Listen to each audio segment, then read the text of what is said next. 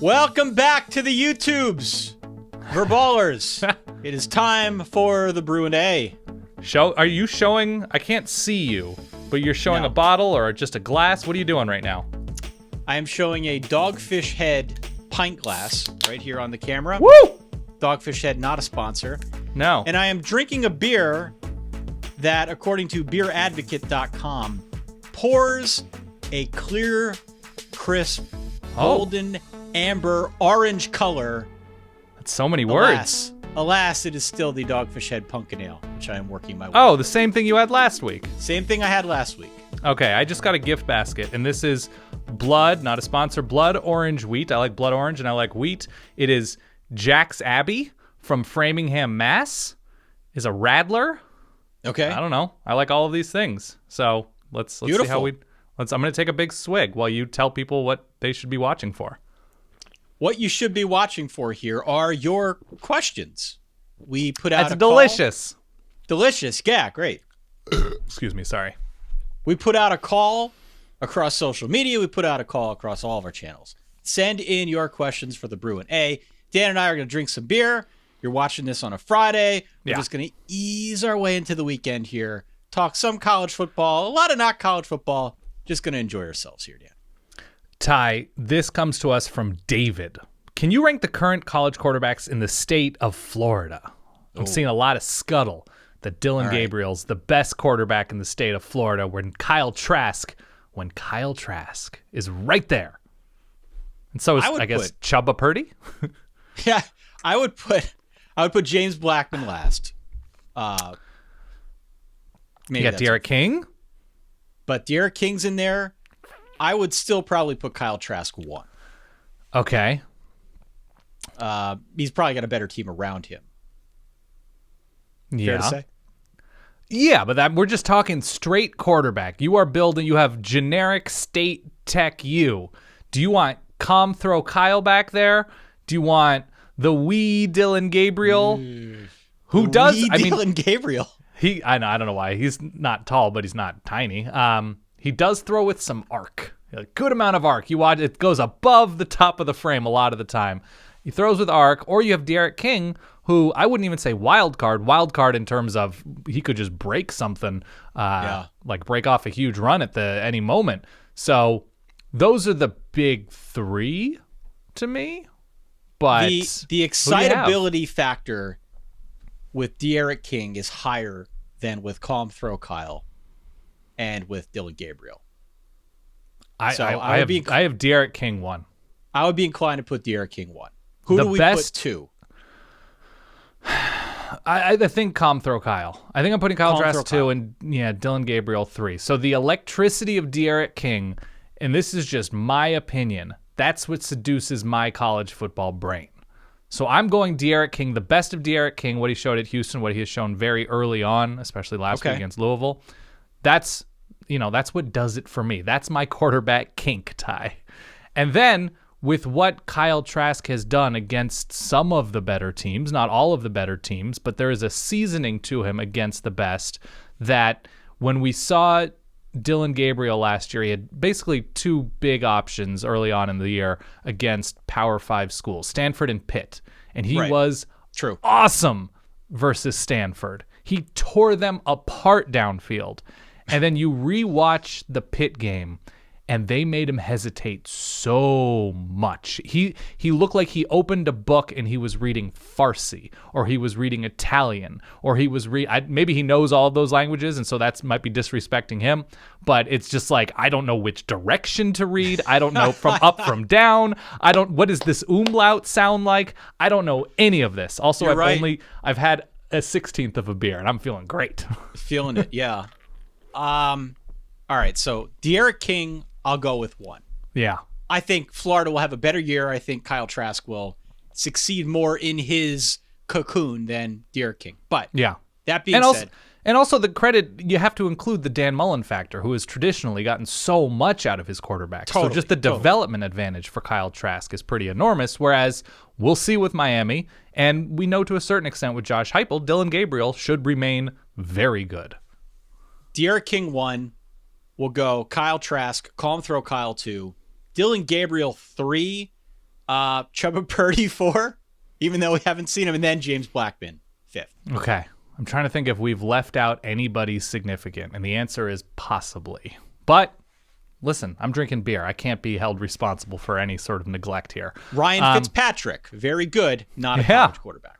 Yeah, Gardner Minshew has to be in the mix there. He's starting, right? Is that a thing that's happening? For the Jags, yeah. And he's pretty good, I think. Done really well. Okay. I like my little updates I get from you about the NFL. Like, I can't watch it. I must count on you in another country who's watching to update me. Like, there's some sort of ban. Okay. Jake wants to know, what will the impact be on the Pac-12 if they don't play this year? Now, it should be noted, it seems like the Pac-12 is going to play. What does college football look like to you without the Pac-12? And what does the Pac-12 seem like to you if they take a gap year? If they take a gap year, I will say, and we've talked about this countless times on the show, it says a lot about the Pac-12 that amid all of this controversy about, will the Big Ten come back? Will they not come back? When will they play? If they play? No one has talked about the Pac-12. The focus has been almost entirely on the Big Ten, and that speaks volumes about where the Pac-12 maybe ranks on the college football totem pole. I think we would agree on that. So for sure, there's a horrible situation. No one wants to be here. We just want to have people out there safely playing football because that's the sport we love. But at the same time, hopefully, when all of this is said and done, it can lead to a moment of self-reflection for the Pac-12. How can we regain that national prominence that perhaps they want? What does it mean? First off, it probably has a pretty big financial ramification. As I'm sure everybody knows by now, college football is big business. You miss out on that income, that's a problem. That's a big time problem.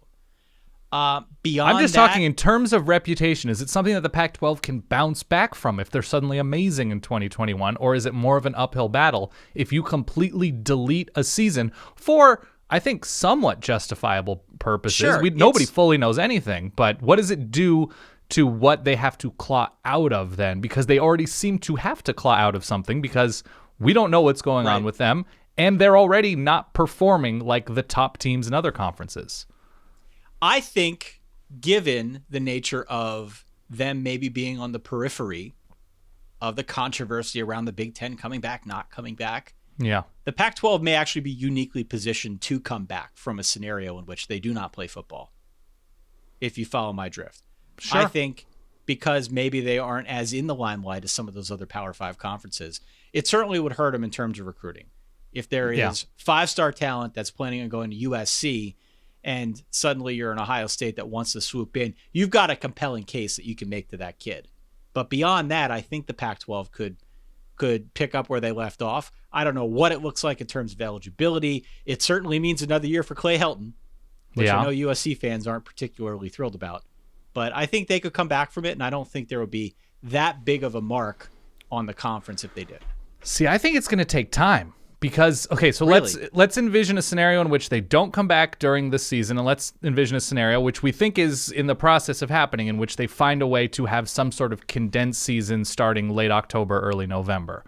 The thing they're missing out on by starting a month, 5-6 weeks after these other Power 5 conferences, and now they're only going to be starting a week or two after the Big Ten, but in terms of SEC, ACC, Big 12, which is where a ton of attention lies within college football, they're missing out on the gap, the time of attention, of momentum. So we're going to get 5-6 weeks, we expect, of storylines developing, new faces, new coaches, new opinions that we're forming around all of these things. And then suddenly we're expected to start from scratch with a conference that already has issues garnering attention for its best teams and garnering attention for quality depth, which they haven't been able to generate these past couple seasons. And so you have interesting stories like Oregon recruiting really well and winning the Rose Bowl. You have USC with a freshman phenom quarterback. You have a couple of these pockets of stories, a couple new coaches.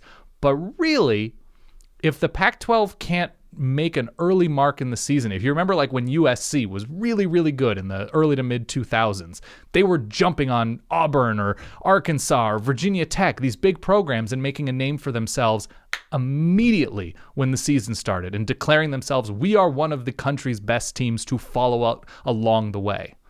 The Pac-12 taking themselves out of this conversation already, I get it, but also it's going to take a year or two and a lot of effort to get people reacclimated to Keaton Slovis, reacclimated to the fact that Joe Moorhead is at Oregon, reacclimated to the fact that Jimmy Lake took over for Chris Peterson and Jaden Daniels at ASU is a promising young quarterback. They need to basically start over. So I'm thinking mid to late 2021, even with a condensed 2020, is how long it's going to take, if everything breaks the right way for those teams that are interesting in the conference, to break into the national minds or re-break into the national minds. See, I just disagree. People know the name brand programs in the Pac-12. And they know of them, but they don't know the specific stories right now, I don't think. But no one knows the specific story right now. The specific story right now is the coronavirus. And totally. Because of that virus, that's why the Pac-12 is not playing. It's not due to any other circumstance. I think there is... But they're already starting behind the eight ball, right? In terms of notoriety and brand recognition. They're starting behind the eight ball, which is part of why I think they could come back more quickly from a situation in which they do not play. But I don't think they would have quite that difficulty getting back into the national landscape. I think fans, by and large, have accepted the fact that this is going to be a quirky year and would be less inclined to hold it against the Pac-12 if they were not part of it. Okay, fair enough. A couple other questions about college football, then we'll get into the weird stuff. Alex wants to know, would there be a realistic scenario / outrage where a player wins the Heisman with 2 or fewer games played than the runner-up? So say Trevor Lawrence plays 2 or 3 more games than Justin Fields, but Justin Fields is the one who wins the award. Ty, what say you? No, I wouldn't be outraged. I don't see how you're very hard to make angry. You're such a cool and calm and collected and poised guy. Well, like the Heisman Trophy is supposed to be awarded to the best player. And I don't know if those 2 games are necessarily going to sway votes. If you need those 2 extra games, then But we're talking sometimes at times like a razor thin difference. If both quarterbacks or a quarterback and a running back both have these amazing seasons that it's pretty difficult to parse. If you are looking for something that's a differentiator, it's getting on the field 2 more times. Now, that's not in his control. A quarterback is not the one, or a running back or a player is not the one controlling whether his team plays 11 games or 9 games or 7 games or whatever. But at the same time, that he got through those 2 games and performed, presumably, and didn't get hurt, presumably. Shouldn't that be taken into account? Not necessarily be a requirement, but should that be taken into account in how impressive a season a player has? As the in-house Heisman skeptic, I don't give a damn. Yeah. I don't give a damn. I don't need those 2 extra games to tell me that Trevor Lawrence is better than so-and-so, or Justin Fields is better than so-and-so. Ian Book. Yeah, all these, Ian Book. It is razor thin there, but I don't need that. I don't need anything to tell me that the 2 best players this season that are going to contend for the Heisman are more than likely Trevor Lawrence and Justin Fields. Let's see what kind of campaign those 2 teams. Let's see what kind of campaign those 2 players have. I am only holding things against players that they can control. Now, they control, I suppose, where they go to school and the decisions their school makes is somewhat on them, but not really. So if it's 2 games, I'm okay with it.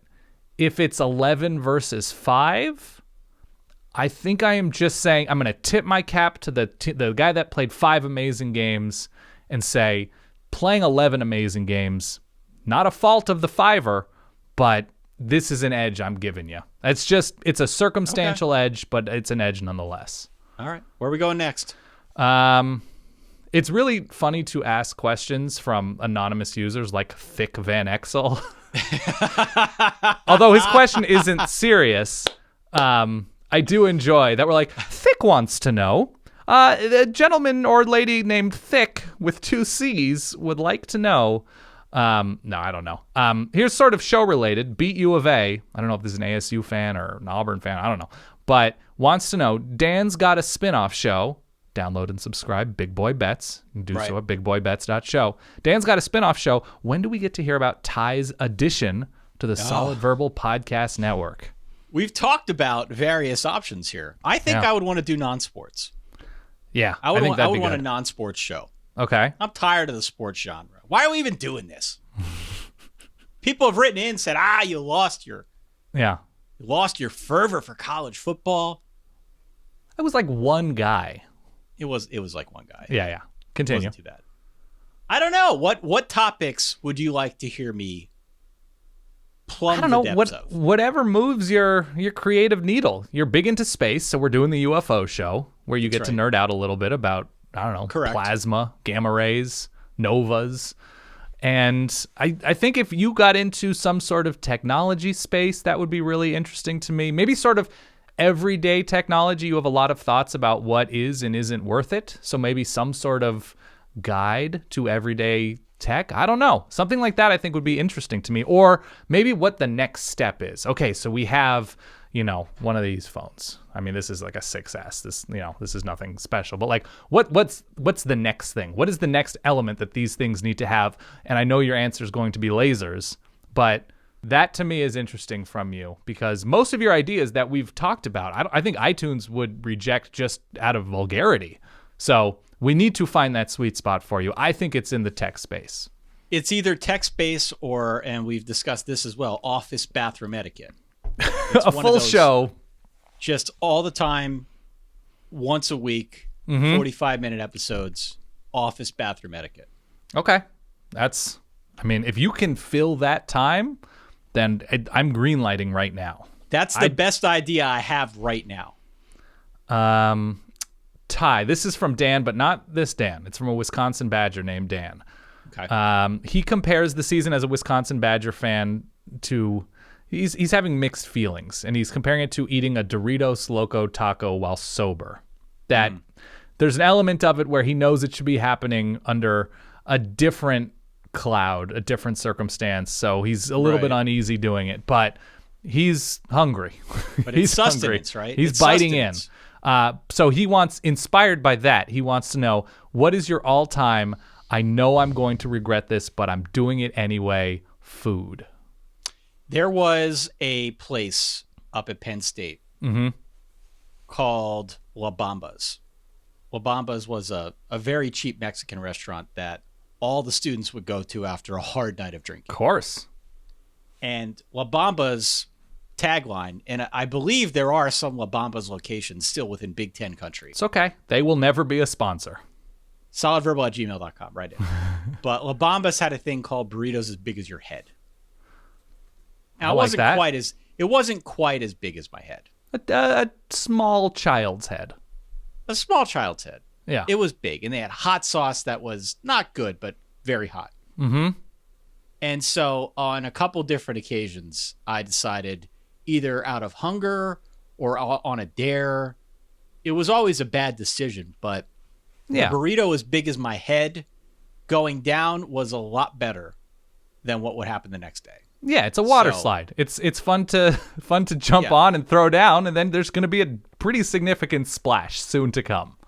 The burrito as big as my head was something that I would do from time to time, and I never quite felt good about it. There was also a place up at State College called PA Pizza.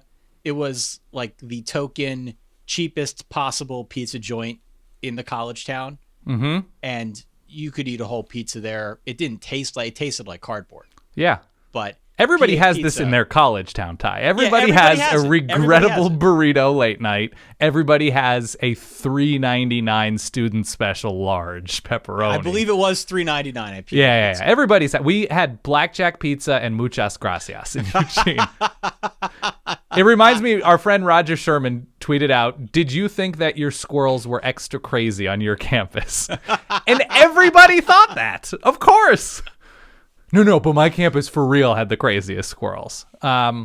Yeah, I mean, I have two answers to this. My first answer is probably in college. I'll keep it specific to college too. We used to go to Outback Steakhouse and Jack in the Box and do a 1-2. We would get a bunch of disgusting Jack in the Box, and I mean that in the best possible way. If you've ever had a Jack in the Box taco, and we get a bloomin' onion, and we would pound just the most grease.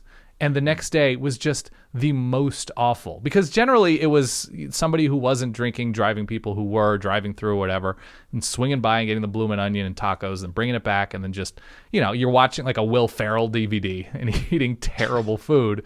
And then the next morning you're wrangling hot snakes, Ty. You know what I'm talking about here.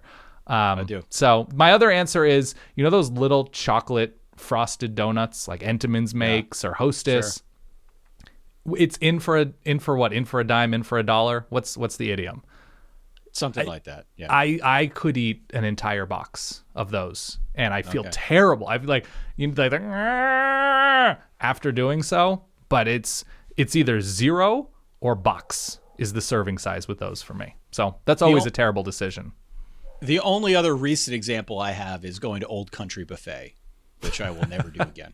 Quantity over quality. That's right. Okay. Next question. I like this one. What's your wife's favorite meal you make for her, and has it changed during your relationship? That's from Jake. It's the special omelet, Dan. It's that omelet? It's the special omelet. Okay. That like from day one you made the omelet, and Solid Wife Kate was like, "Oh, okay." From day one I didn't cook. This is new. So like if it's her birthday, if it's an anniversary, you're like, "I got you. I know what you want." Sorry, the dog is barking. It's okay. Keep rolling. No, the special omelet is sort of a new creation. Mm-hmm. It's a new creation after I found my true calling as an omelet chef. Okay, that's the number one. The special omelet is number one in the rotation. Okay. How about you? I think it's probably just burgers, honestly. Jody's not that difficult to impress with food. She can eat. She's a tiny lady, but she can eat. And I make a burger, and it's the special sauce. That's the big thing, Ty. It's the burger sauce I make. That's the clincher. Load up the pickles. She's a big fan of pickles, and she's thrilled anytime it's burger night.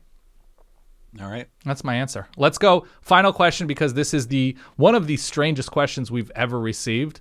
It's from Sean, longtime listener Sean. If you had to be a farmer, if you had to farm, Ty. This is a very weird question already. Which crops would you prefer to raise? And you have to give me very specific reasons as somebody who does the exact opposite of farm work. Yeah, I shop at the produce market. I don't think I'd want to do lettuce because I know lettuce uses a ton of water. That's what I looked up. I looked up which crops don't use a ton of water. Yeah, so I don't think I'd want to do that. Tomatoes aren't terrible, by the way, in terms of water. No, okay, good. They can go deep into the roots, into the ground. There's a sort of romanticism with having a good corn crop, good corn field that you just sort of sow and tend to, and then you can take the big machinery through it at the end of the season. Sort of boring. Sort of boring, sort of cliche, but kind of, it's a staple. The classic never dies. Totally. So I think corn is maybe a boring answer, but a good one. You think from an identity purpose, you feel like corn suits you. Ty Hildenbrand, corn farmer. I've always been real curious about alfalfa, Dan. I know it's something that the farmers grow around here, but I don't know what you do with alfalfa. I know you can dry it out and feed it to horses. Yeah. And I like horses. Yeah. I don't know what else you do with that. I like a good grove. To grow oranges or avocados, but trees it's a lot of water. It's a lot of work. The apple picking, people are coming and visiting the farm. That's a good social thing. You're making your apple pies and apple cider donuts. You got a whole, almost like a tourism industry based along that. If you're farming apples, you're growing apples. I think for me, in terms of the happiness I think I would provide to the world, I think I'd go tomato. I think being the reason people enjoy quality pizza and salsa, peaking over summer, not using a ton of water, because I learned, 38 minutes ago that tomatoes, they can go pretty deep and grab some lower soil water. That's not a term that exists. So I think the happiness factor to me, I'm going tomato. Especially because I could be out in California, too, and do a good job there. So I'm going tomato. I considered some cruciferous vegetables, considered some legumes. But as somebody who doesn't even like raw tomatoes, I still think I'm going with all of the tomato products and happiness I can share with the world. Okay. Yeah. What about pumpkins? Can you grow pumpkin? Can you be a pumpkin farmer? Of course you can. I love pumpkin pie. I love a good gourd. Yeah. We can talk pumpkins. We can talk squash. Yeah. Yeah. I don't know what goes into that. I would imagine it uses a ton of water. But yeah. It's a pumpkin patch, so you're getting visitors. I'm talking long. I want the long neck pumpkin that I can use for pumpkin pie. But are you going to be eating pumpkin pie all the time as a pumpkin like farmer? Mel Kiper Jr. Every day. Every day. Give me one. On that note, Ty, I have nothing to add because you have finished the show with a reference to Mel Kiper Jr. reportedly eating a small pumpkin pie every day. That's the story. I could do the same. Honest to God, I could do the same. I'm drinking pumpkin ale. Oh pumpkin ale, excuse me. Not a sponsor. I'm not that crazy about the whole pumpkin ale movement, but will you pop pumpkin seeds? Pie every day? I'll do pumpkin pie every day. Yeah. Will you do the pepitas? Like will you roast up pumpkin seeds? Will you go nose to tail with the pumpkin? No. Not big into pumpkin. I've had the David's pumpkin seeds before. Yeah, not into it. And it's a mixed experience. Wow. It's mixed. What a take. Pumpkin pie A+, pumpkin seeds not for me. Nah, not for me. Okay. Not for me. Ty, this is everything I have. I'm probably going to run out of camera time here in a minute. Okay. Yeah. Well, this has been fun, Dan. I've had a blast. Also, I'm pretty buzzed off of half a beer. This is the one drink, Dan, people have come to tolerate. I want you to end the show as I am chugging the remaining quarter of what's in my glass. You've had a week. Thank you for listening. If you enjoy this, I would recommend you subscribe by smashing that subscribe button. Maybe like the video, maybe comment on the video saying, I always thought Ty was Dan, because that is what a lot of people seem to think. And I guess notifications should be turned on. Tickle that notifications button. Tickle the bell. Tickle the bell. Tickle the bell. That's all we ask you to do. Tickle that bell. Give Big Boy Bets a try. It's the podcast I do with Jeff Schwartz. Be sure to subscribe to The Solid Verbal as well. We preview, recap, and do a UFO show every single week. And I think that's everything. I really hope people enjoy another fun weekend of college football. Get outside. Get some ultraviolet light. Have fun. All right. That's it. Ty. See you I miss guys. you. I love you. I'll see you soon. Later.